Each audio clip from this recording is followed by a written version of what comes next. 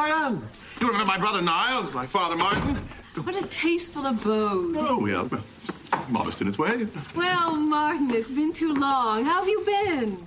Well, my wife died. I got shot in the hip, and I had to move in with Frazier because I kept falling down in the shower. Well, you look wonderful. Yes, you do. That's from Frasier, obviously. It's wonderful. When people are so phony, how do you deal with them? They'll say, how are you doing? I haven't seen you in a long time, and I meant to get in touch with you, and I think about you so often. And the undercurrent in your own mind is, this is all BS. They don't think about me. I bet they it's just they're on autopilot. I bet they say this to everyone they meet. So it's really refreshing to hear Martin come out and just say exactly what's going on in his life and then to observe what she does afterwards. I'm Dr. Ellen Kenner. You can give me a call with any questions from someone who's irking you in your life. My number is toll-free 1-877-Dr. Kenner. And right before the break, I was answering a woman who was talking about how does she deal with the situation where her husband, who I'm assuming this is a second marriage, her husband doesn't want her ever to see her kids or her grandkids. He wants her to cut off all ties. And I said, on the face of it, it's horrendous. You need to just tell him that this is an untenable situation. It's absolutely not going to work, and it could be the beginning of the break of the marriage or the end of it.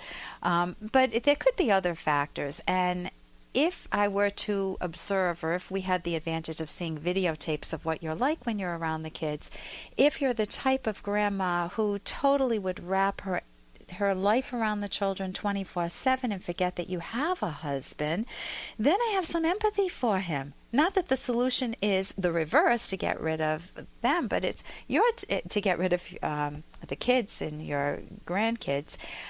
But it's, how do you manage your time? How do you juggle these two values, your husband and the kids? So you can sit down with him and say to him, I'm assuming his name is Henry. I'm just giving him a name. Henry, help me understand you better. What bothers you most when I'm in contact with the kids? I don't know whether you ever asked him that. What do you need from me that I may not be paying attention to? Now, if his demands are unreasonable, I want sex 24/7, then you can't, that's not fair. But if he says that, I want dinners out alone, we always have to go with the kids, and I've become to resent them so much. If it's true that most of your life revolves around the kids and you totally ignore your hubby, then own your piece of it and decide, do you want to be married or not? Is it fair to him? If you also want to ask why you're doing this. And if you discover that you're doing it because you felt guilty about the divorce, and so you feel guilty about remarrying so that the kids always come first, then you need to reprioritize. You need to ask yourself, do I really need to continue doing this, or what does the marriage mean to me? Could I make our marriage better? Now, assuming that Henry's not an abusive person, but a good guy who's feeling trapped and he doesn't know how to integrate his life with your children, work with him. If your kids have bad-mouthed him and always try to pit you against him trying to break up the relationship, you want to work with him instead. And that takes time. That takes seeing the good in one another rather than creating a war. You want more. You don't want to have kid wars with your hubby.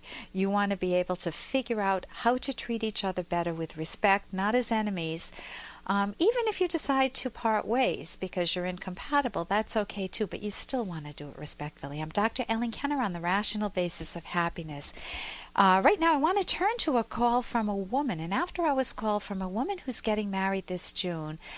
But her woman's intuition is telling her that her fiancé has cheated on her, and she's got many difficulties of her own. She's very hard on herself. She feels paranoid. She's got an eating disorder. She just feels out of control of her life, and she had a mastectomy and feels ugly and unsexy. So see what you think about this. Hi, Dr. Kenner. I'm 34 years old. I've been with a man for 4 years. I was supposed to get married in June, but I feel like he's been cheating on me, and it makes me feel very, very ugly. I feel like I'm very unattractive, and I don't think All he do is he needs to take Viagra, so that makes me feel like less of a woman. I'm bipolar. I have bi-dysmorphic disorder, paranoia, eating disorder, sleeping disorder. There's something else I can't think of it. I'm very nervous right now. And most of it stems from a surgery I had when I was 23. The doctor gave me a mastectomy when he should have given me a lumpectomy. I feel less of a woman. I don't feel sexy anymore. And we're supposed to get married in June. And I just can't be happy. I hate myself. I hate the way I look. I just don't care if I'm around anymore.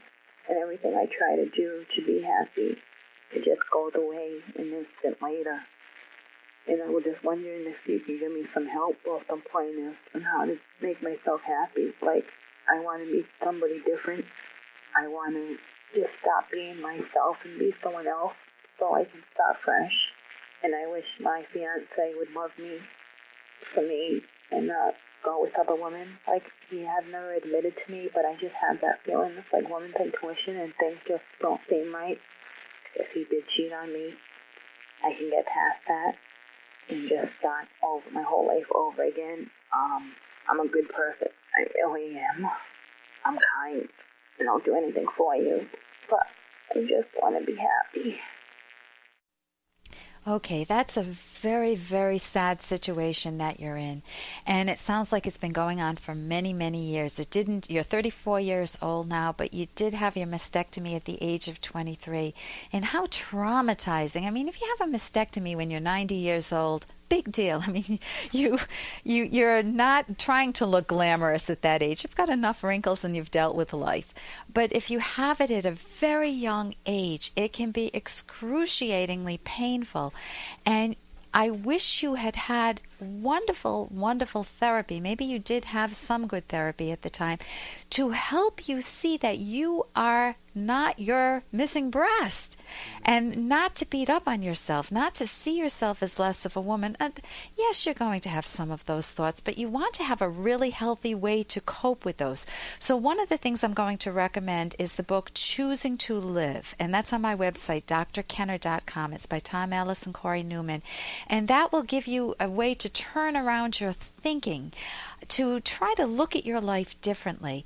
I know you've been given a lot of different labels in your life, whether it's bipolar body dysmorphic disorder, meaning you're not comfortable with the body you're in, paranoia, eating disorder, but my guess is that they all integrate. They're all connected with your not knowing how to move forward in your life, and you're working too hard to please other people. You're a good person, you please everyone else, probably including your fiancé, as if you need to buy people's affection to be likable.